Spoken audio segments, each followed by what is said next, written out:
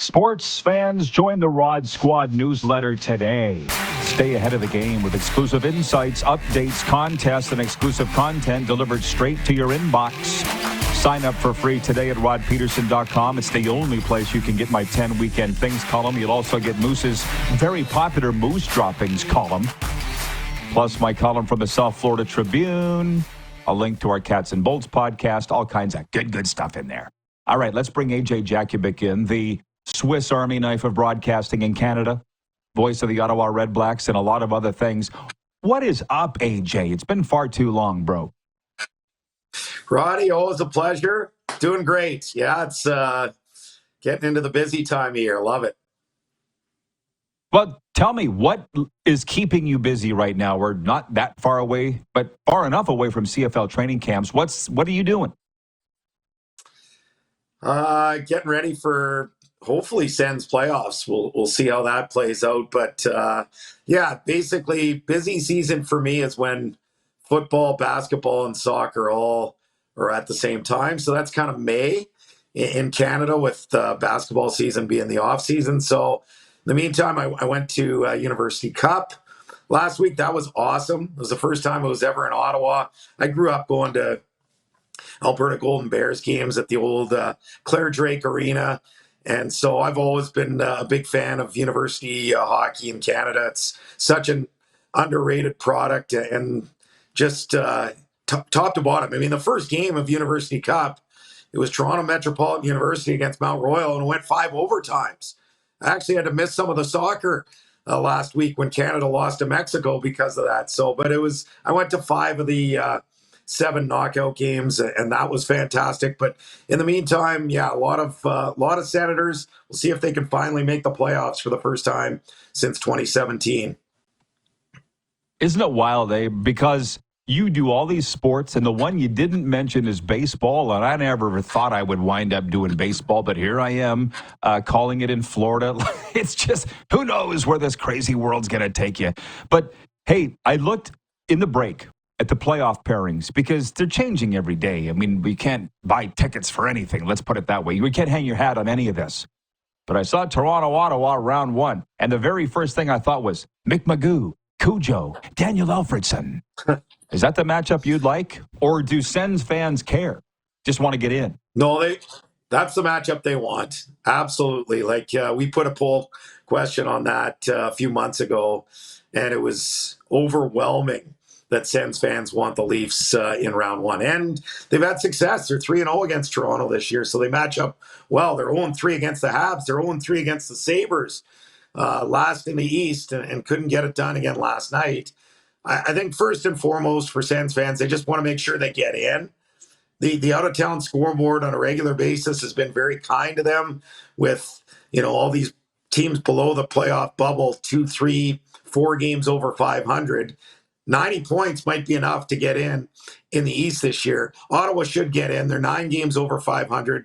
They got 12 games left, 9 at home, 9 against non-playoff teams right now. So it's in their hands, but they still have to go out and get it done. And they've had a couple of 5-game losing skids this year, and another one puts them right back into that mix with everybody else. So we'll see if they can finally clinch a playoff spot. 7 years is a long time. It's not 14 like Buffalo, but it does feel like things have turned and that this team is finally ready to play some playoff hockey.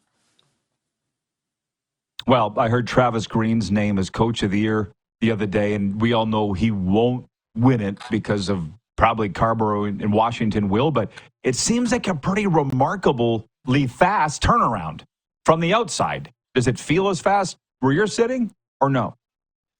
I wouldn't say fast. I think 2 years ago, this team looked like they're about to take a step. They picked up Jacob Chikrin. They had Alex DeBrincat the year before.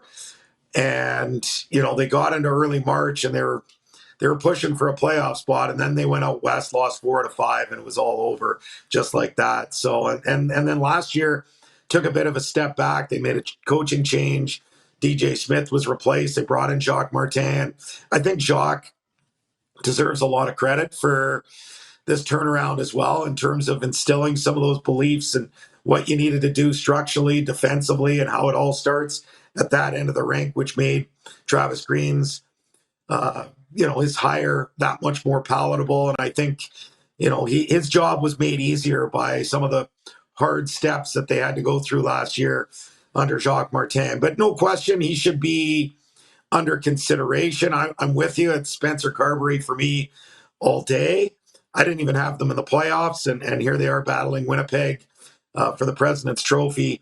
So I feel like it's everybody, whether it's Marty St. Louis or some of the other good candidates kind of battling for second. But Travis Green has done an excellent job of just getting buy-in, starting with the top players. And that's why this team has played much better defensively. The problem with this team is consistently they haven't been bringing 5-on-5 scoring. That was, again, a problem last night.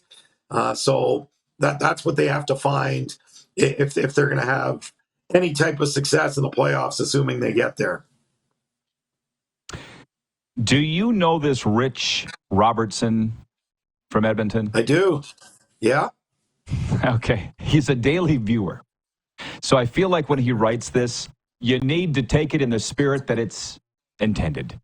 He says, does AJ think the Sens will win a round? And will he still be a bachelor at the end of the calendar year?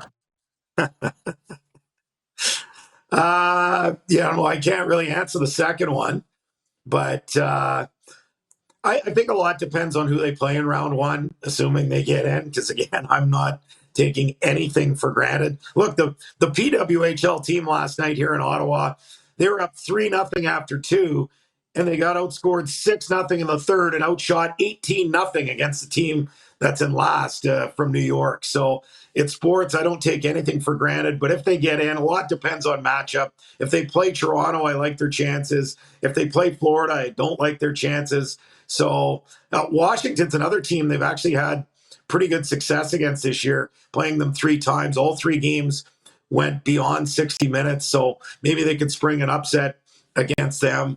But so much just depends on the matchup and who they would play if they find a way to get in.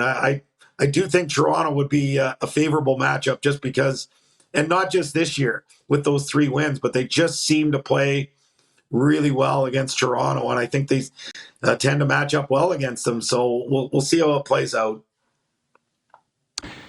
How's your throat, man? Sounds like you're struggling. Are you okay? Yeah, well, it's, you know what? I didn't even realize I'm not really talking to myself here today, so didn't even realize it was this bad until I got on.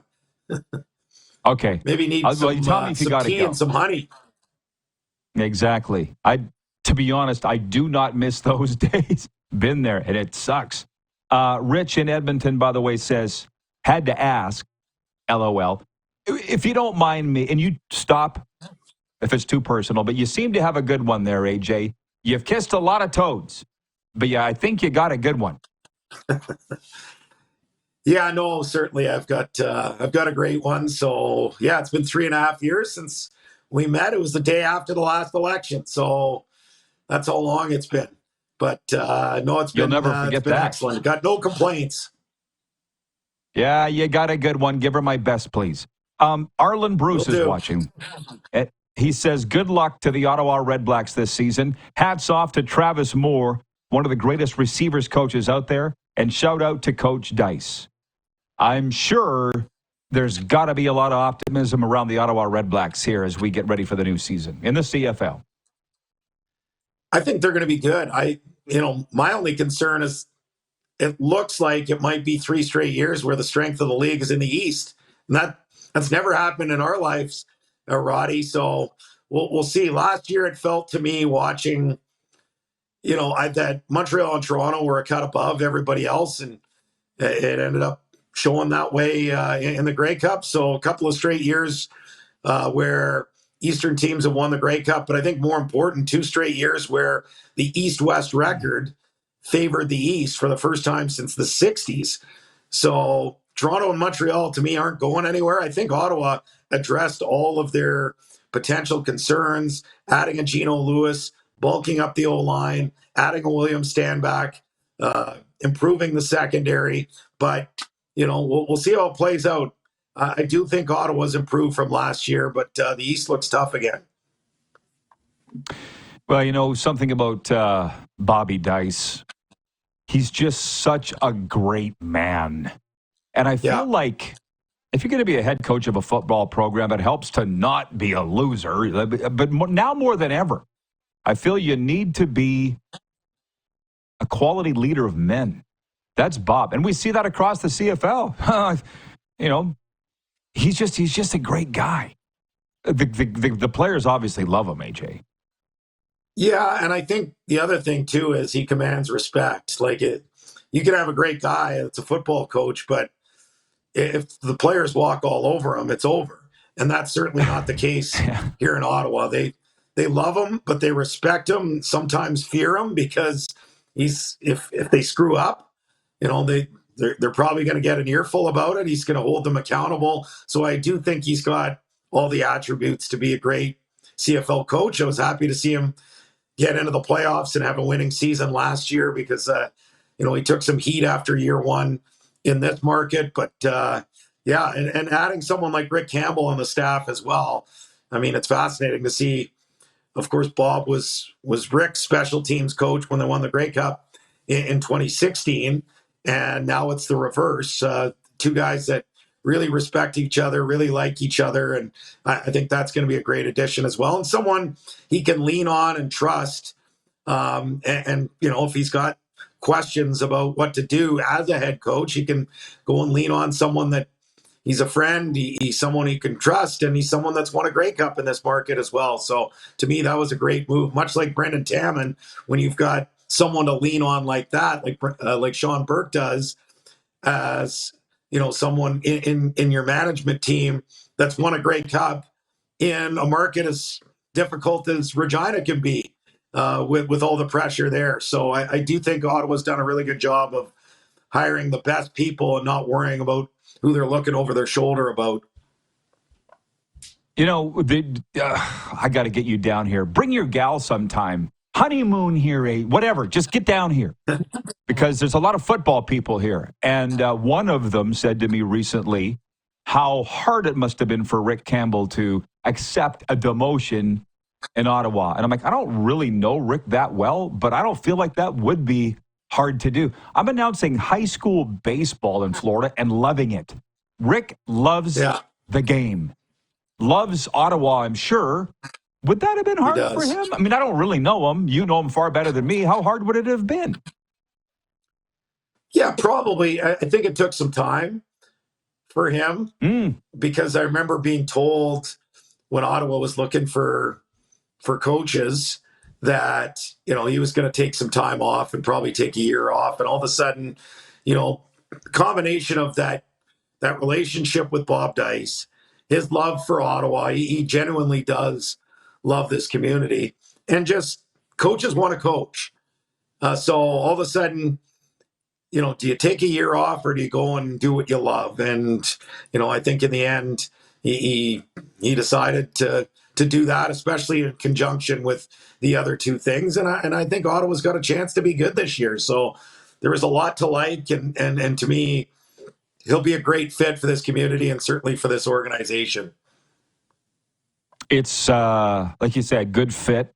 I actually can't wait for the season. It's far too long away. Well, listen, we've taxed your throat enough, your voice. AJ, thanks for the time. Enjoy the playoffs. Like hopefully we better, can do finally. it in the postseason. Yeah, as the interview goes along. Thanks, AJ. Keep in touch, brother. Yeah, will do. Thanks, Ronnie. Take care. The great AJ Jakubec. We've spent a lot of time together over the years. Can you tell? Such a great dude.